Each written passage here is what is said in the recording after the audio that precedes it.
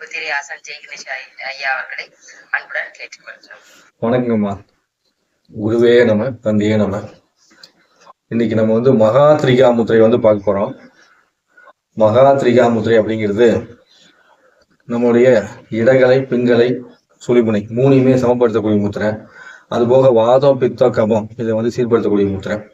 இந்த முத்திரை செய்யறதுனால பெண்களுக்கு இருக்கக்கூடிய மாதவிடாய் சமயத்தில் இருக்கக்கூடிய இறுக்கம், அதுபோக இடுப்பு இருக்கக்கூடிய இறுக்கம், புரோஸ்டேட் சம்பந்தப்பட்ட பிரச்சனைகள் இதெல்லாம் தீர்வுக்கு வாய்ப்பா இருக்கும். அதுபோக மன சம்பந்த பிரச்சனையும் தீர்ப்பதற்கான வாய்ப்பு கிடைக்கும். இந்த மகா திரிகா முத்திரை எப்படி செய்ய போறோம் அப்படின்னா, நம்மளுடைய மோதிர விரலையும் கட்டை விரலையும் இது பண்ணிக்கணும். இப்படி தொட்டுட்டு சுண்டு விரலை வச்சுக்கணும். சுண்டு விரல் வச்சு மீதி ரெண்டு விரலையும் நீட்டிக்கணும்.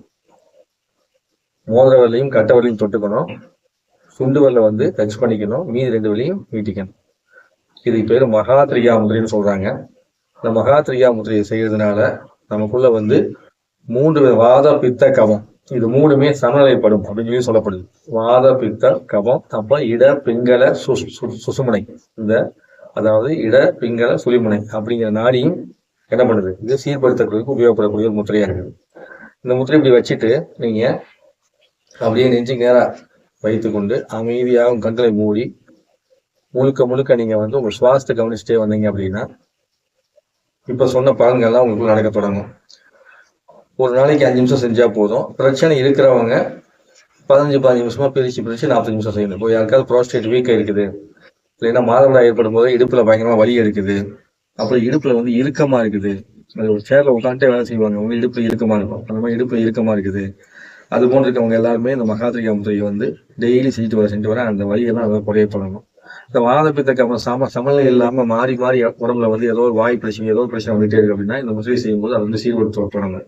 இந்த வயது ஒரு 50 வயசுக்கு மேலேயே சில பேருக்கு புரோஸ்டேட்ல பிரச்சனை வர ஆரம்பிச்சிடும். சரி, இப்படி பலவிதமான ஆற்றல்களை உள்ளடக்கிய இந்த முத்திரை மகா திரிகா முத்திரை எப்படின்னா, கட்டை விரலையும் மோதிரலையும் சேர்த்திக்கணும். சேர்த்து ரெண்டையும் தொட்டுக்கணும். தொட்டுட்டு சுண்டு விரலை வச்சு பண்ணிக்கணும். மீதி 2 விரலையும் நீக்கி வச்சுக்கணும்.